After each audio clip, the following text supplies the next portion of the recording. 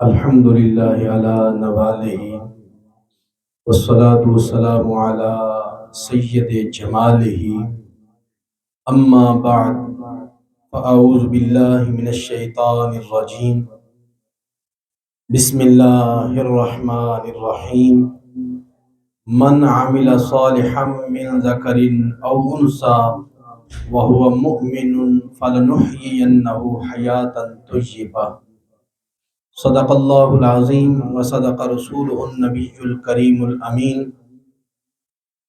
اللہم رب اشرح لی صدری ویسر لی امری واحلل عقدۃ من لسانی یفقہوا قولی ان اللہ وملائکتہ یصلون علی النبی یا ایہا الذین آمنوا صلو علیہ وسلموا تسلیما الصلاۃ والسلام علیک یا سیدی یا رسول اللہ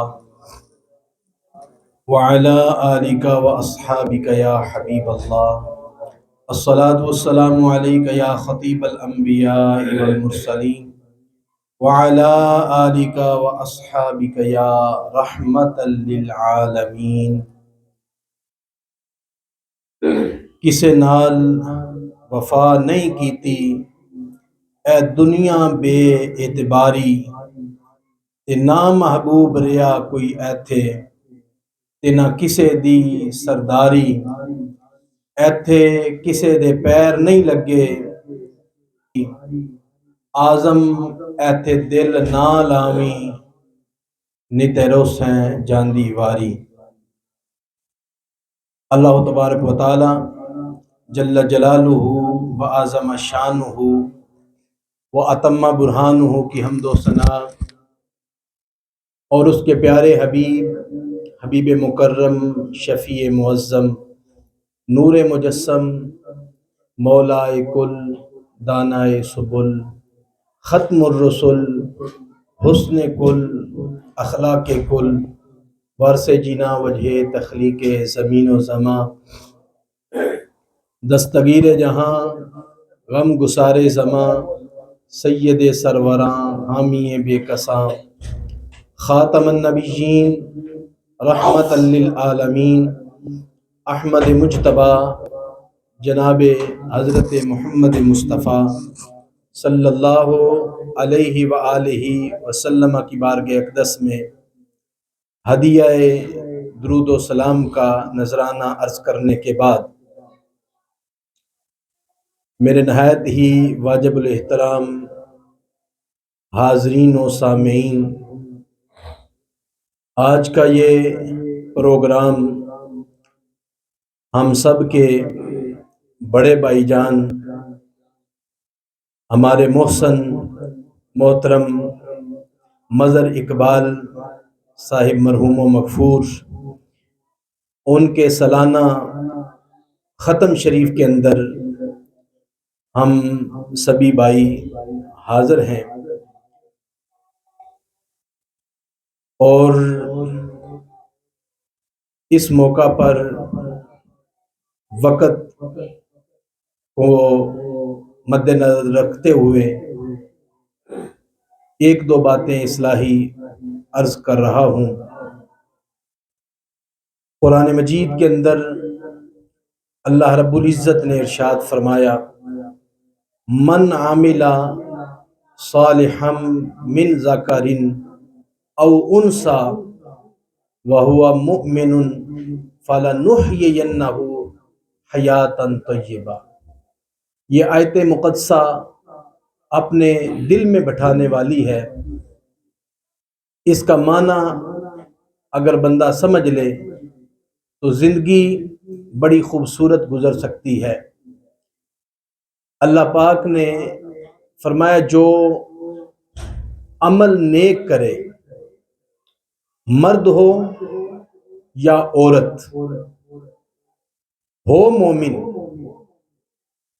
فَلَنُحْيِيَنَّهُ حَيَاةً طَيِّبَةً، اللہ تبارک و تعالی ایسی عورت کو، ایسے مرد کو مرنے کے بعد پاکیزہ ستھری زندگی عطا فرمائے گا۔ اس سے مراد قبر کی زندگی ہے۔ پتہ چلا کہ ایک دنیا کی زندگی ہے اور ایک قبر کی زندگی ہے۔ قبر کی زندگی پانے کے لیے دو چیزوں کا پاس ہونا انتہائی ضروری ہے۔ نمبر ایک ایمان، نمبر دو اچھے اعمال۔ اچھے اعمال میں سب سے اہم چیز نماز ہے۔ اگر ہم 5 وقت کی نماز کی پابندی کر لیتے ہیں تو یقیناً پھر دوسرے اعمال کرنے کا بھی ہمیں لطف آئے گا۔ اگر ہم نماز نہیں پڑھتے تو دوسرے اعمال کا ہمیں مزہ بھی نہیں آئے گا اور اس کا کما حق و فائدہ بھی کوئی نہیں ہوتا، چونکہ نماز فرض ہے۔ باقی جتنے بھی اعمال ہیں وہ درجہ بدرجہ، وہ مستحبات میں کہیں آتے ہیں، کہیں سنت میں آتے ہیں، لیکن نماز سب سے اہم ہے۔ ہماری زندگی کا ایک ایک لمحہ بڑا قیمتی ہے اگر ہم سمجھیں۔ اللہ تبارک و تعالیٰ نے حضرت انسان کو دنیا میں کیوں بھیجا ہے؟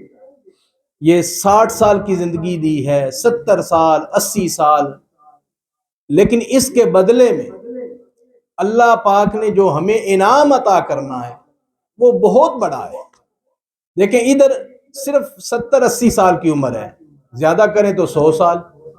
حضور علیہ الصلوۃ والسلام کی امت میں 100 سال سے اوپر بہت کم لوگ جا رہے ہیں، اور ہمارے آقا علیہ الصلوۃ والسلام کی زندگی مبارک بھی ظاہری 63 برس تھی، اور یقینی بات ہے کہ اگر ہمارے آقا علیہ السلام کی عمر مبارک اوسطن تھی تو حضور کی امت کی عمریں بھی تقریباً اوسطن ہیں۔ بس 60 کے الگ بگ دنیا سے لوگ جا رہے ہیں، زیادہ اکثریت اسی میں ہے۔ تو اس کے بدلے میں اللہ پاک نے جو انعام دینا ہے وہ ایک 100 سال کی زندگی کا انعام نہیں ہے، وہ 1000 سال کی زندگی کا انعام نہیں ہے، وہ 1,00,000 سال کی زندگی کا انعام نہیں ہے، وہ 1 کروڑ سال کی زندگی کا انعام نہیں ہے، وہ بہت بڑا انعام ہے۔ یعنی مرنے کے بعد انسان نہ جانے قبر کے اندر کتنے سال اس نے لیٹنا ہے، پھر قیامت برپا ہونے والی ہے، پھر میدان محشر برپا ہوگا، پھر جنت و دوزخ کے فیصلے ہوں گے۔ اور قبر کے اندر بھی یہ نہیں کہ اسے جنت نصیب نہیں ہوتی، بلکہ جسے پاکیزہ زندگی قبر کی نصیب ہوتی ہے، حضور علیہ الصلوۃ والسلام فرماتے ہیں اللہ تبارک و تعالی اس کی قبر کی طرف جنت کی کھڑکی کھول دیتا ہے اور اس کی قبر کے اندر جنتی تخت عطا فرماتا ہے۔ اب جسے جنتی تخت نصیب ہو جائے اور جسے جنت کی آب و ہوا قبر میں نصیب ہو جائے تو پھر اس کی قبر قبر نہیں رہتی، وہ تو جنت کے باغوں میں سے باغ بنتی ہے۔ حضور فرماتے ہیں قبر کی 2 ہی حالتیں ہیں، یا تو جنت کے باغوں میں سے باغ ہے یا جہنم کے گڑھوں میں سے گڑھا ہے۔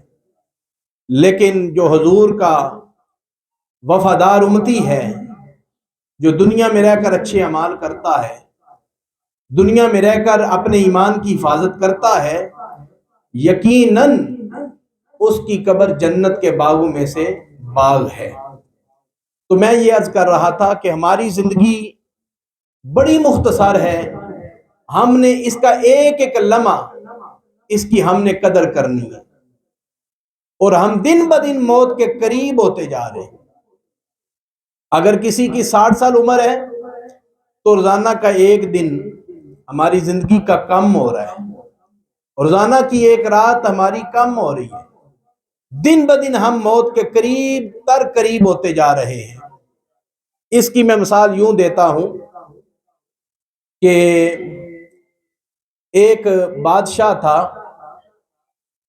اس کے پاس ایک فقیر آیا، اس کے ہاتھ میں ایک آئینہ تھا، باہر دربان کھڑے تھے۔ اس فقیر نے کہا کہ میں یہ آئینہ بادشاہ کو تحفے میں دینا چاہتا ہوں۔ دربانوں نے بادشاہ سے پوچھا، بادشاہ نے اجازت دے دی، اس فقیر کو اندر آنے دو۔ فقیر اندر داخل ہوا، بادشاہ کو اس نے آئینہ پیش کیا۔ بادشاہ بڑا خوش ہوا کہ ہے فقیر، لیکن اس نے اپنی محبت کا اظہار کیا ہے، جتنے اس کے وسائل ہیں اس اعتبار سے اس کا آئینہ بہت بڑا ایک تحفہ ہے۔ بادشاہ بڑا خوش ہوا۔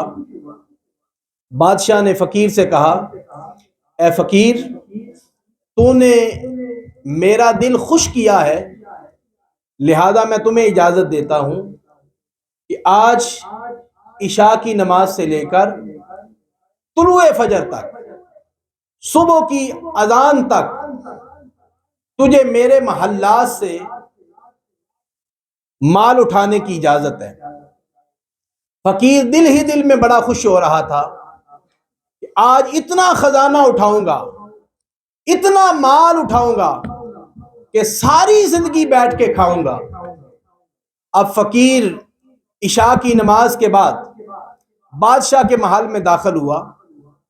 اس فقیر نے کیا دیکھا؟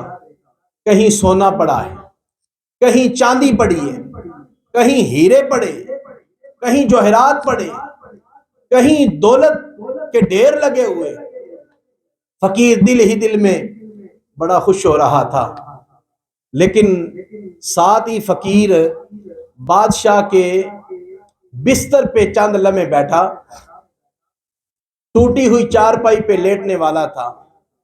جو ہی بادشاہ کے بستر پہ وہ بیٹھتا ہے اسے سکون ملتا ہے۔ جب سکون ملا تو اس کی آنکھ لگ گئی۔ آنکھ اس کی لگی ہوئی تھی، لیکن قسمت کی آنکھ رو رہی تھی، اور قسمت کہہ رہی تھی، اے فقیر، آج تو نہ سوتا پھر ساری زندگی سوتا، لیکن آج کا سونا تجھے ساری زندگی کے لیے بے چین کر دے گا۔ فقیر سوتا رہا، قسمت روتی رہی۔ ساری رات فقیر کی سوئے ہوئے گزر گئی۔ صبح اذان ہوئی، بادشاہ نے کہا کہ اس فقیر کو میرے دربار سے نکالا جائے۔ فقیر کو جگایا گیا۔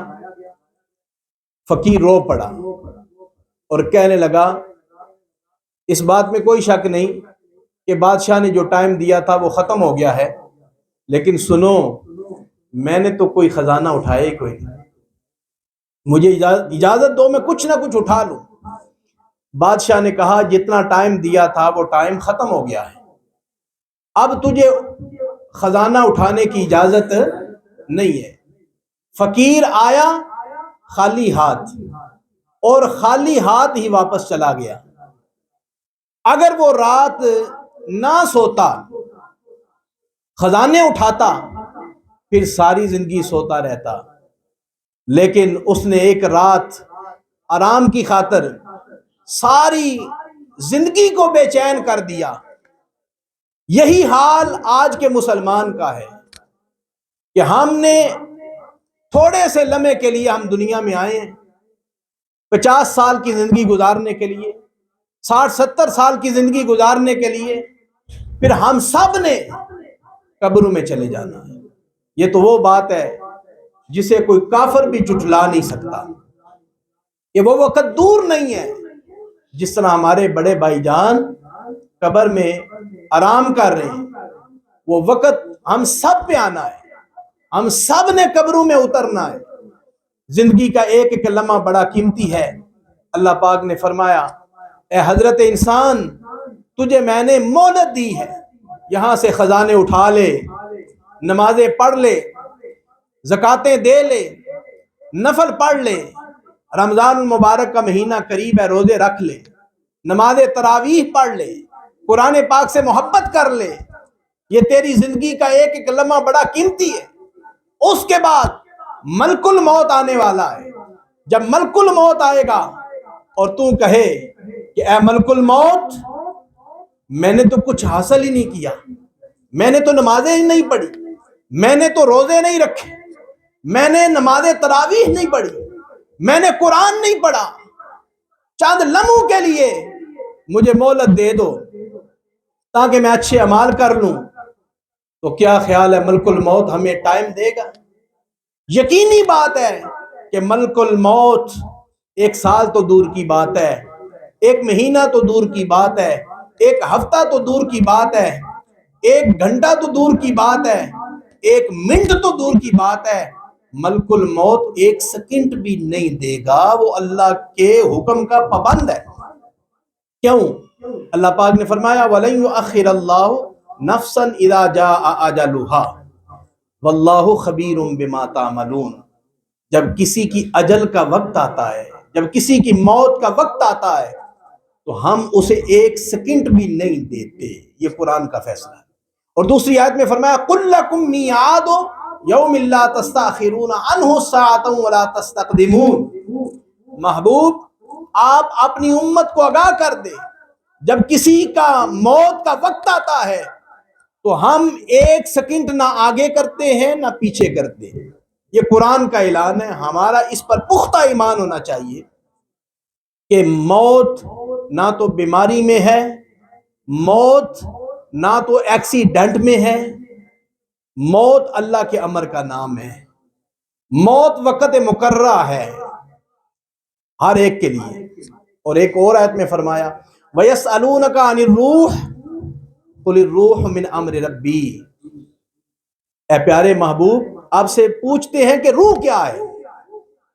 اب جسم میں روح ہے تو میں بول رہا ہوں، جسم میں روح ہے تو میں ہاتھ ہلا رہا ہوں، جسم میں روح ہے تو میری آنکھیں دیکھ رہی ہیں، جسم میں روح ہے تو میرے کان سن رہے ہیں، جسم میں روح ہے تو میرے جسم میں حرکت ہے، میرے دل کی دھڑکن جاری ہے اور میری نبض چل رہی ہے۔ جب روح نکلے گی جسم تو سارا سلامت ہے، لیکن جسم نہ دل کی دھڑکن ہوگی، نہ نبض چلے گی، نہ ہاتھ چلیں گے، جہاں تھے وہاں رک گئے، پتہ چلا یہ سارا کمال روح کا ہے۔ عرض کی حضور روح کس چیز کا نام ہے؟ اللہ پاک نے فرمایا پیارے محبوب آپ اپنی امت سے کہہ دیں کہ روح اللہ کے امر کا نام ہے، اللہ کے امر کا نام ہے، جب اللہ چاہتا ہے روح کو نکال لیتا ہے۔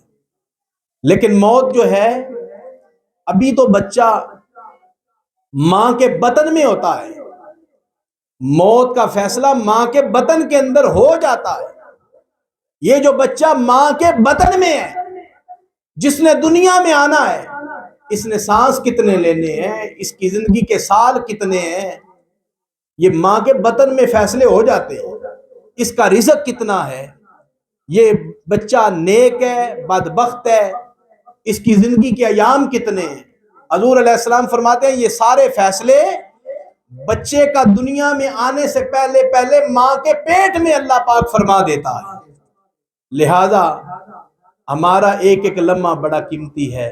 رمضان المبارک 2-3 دن کے بعد تشریف لا رہا ہے، اور بھائی جان کے ختم کے موقع پر یہ لمحہ فکریہ ہے۔ آج 8 مارچ ہے، 2024 ہے، اور 12 تاریخ کو پہلا روزہ بن رہا ہے، 12 مارچ کو۔ تو اس سے پہلے 1 دن پہلے ہم نے نماز تراویح بھی ادا کرنی ہے، تو یہ بھی ہم نے ذہن بنانا ہے کہ الحمدللہ اللہ پاک نے ہمیں یہ موقع نصیب فرمایا ہے، ہم الحمد سے لے کر والناس تک پورا قرآن سنیں گے۔ اور اس موقع پر میں سب بھائیوں کو بھی دعوت دوں گا کہ حدیث پاک میں آتا ہے جتنے قدم چل کے مسجد کی طرف آئیں گے، ہر قدم پر اللہ تعالیٰ تمہیں اجر و ثواب عطا فرمائے گا۔ آپ کوشش فرمائیں کہ ایک ذہن بنانا پڑتا ہے۔ اللہ پاک کا فرمان ہے لیس للانسان الا ما سعی، انسان جس کی کوشش کرتا ہے اسے پا لیتا ہے۔ اس دفعہ سارے بھائی ارادہ کریں، اور یہ بھی ہمارے والدین کے لیے یہ اعزاز کی بات ہوگی۔ آپ نماز تراویح کے لیے آئیں گے، روزے رکھیں گے، اچھے اعمال کریں گے، اس کا آٹومیٹک ثواب والدین کو جائے گا۔ تو سب یہ ذہن بنائیں کہ الحمد سے لے کر والناس تک پورا قرآن پاک نماز تراویح میں ہم جامعہ مسجد مرغزار میں آپ آئیں، تشریف لائیں، اور اس مسجد کے اندر قرآن پاک آپ سنیں گے، میری بھی حوصلہ افزائی ہوگی، اور یقیناً یہ ہم سب کا عمل ہمارے والدین کو قبر میں خوش کرے گا اور بھائی جان کو بھی خوش کرے گا۔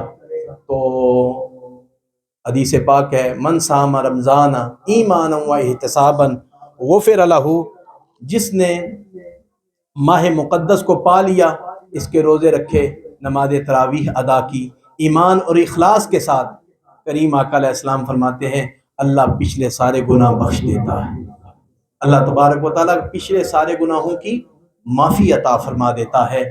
تو ہماری زندگی کا ایک ایک لمحہ گزر رہا ہے، آخر میں یہ بات کر کے گفتگو کو سمیٹ رہا ہوں۔ کسی نوجوان نے ایک خواب دیکھا، وہ خواب حقیقت پر مبنی تھا، اس نے بزرگوں سے تعبیر پوچھی، آپ کو بھی تعبیر سمجھ آ جائے گی۔ نوجوان سو رہا ہے، اس نے خواب کیا دیکھا کہ پیچھے اس کے شیر لگا ہوا ہے، آگے بھاگتا بھاگتا جا رہا ہے، خواب کے عالم میں اس نے سامنے دیکھا تو ایک درخت نظر آیا، وہ شیر سے بچنے کے لیے درخت کے اوپر چڑھ گیا، ساتھ ایک کنواں تھا، اس کنویں کے اندر سانپ بھی تھے، بچھو بھی تھے، اور بھی زہریلے جانور بھی تھے۔ اب اس نے سمجھا کہ پیچھے شیر ہے اور میں درخت کے اوپر محفوظ ہوں، لیکن اس نے تھوڑی دیر کے بعد کیا دیکھا کہ جس شاخ پہ وہ بیٹھا ہوا تھا، اس شاخ کو دو چوہے کاٹ رہے تھے، ایک سفید رنگ کا تھا، ایک کالے رنگ کا تھا۔ اب اس کے دل میں خیال آیا اب کیا کروں، نیچے اترتا ہوں تو شیر کھاتا ہے، اوپر رہتا ہوں تو ٹانی تھوڑی دیر کے بعد چوہے کاٹ دیں گے، میں کنویں میں گر جاؤں گا۔ اچانک اس نے کیا دیکھا کہ اسی شاخ کے ساتھ ایک اور شاخ ہے، اس کے اوپر شہد لگا ہوا ہے، تو وہ شہد کھانے میں مصروف ہو گیا، میٹھا شہد خالص۔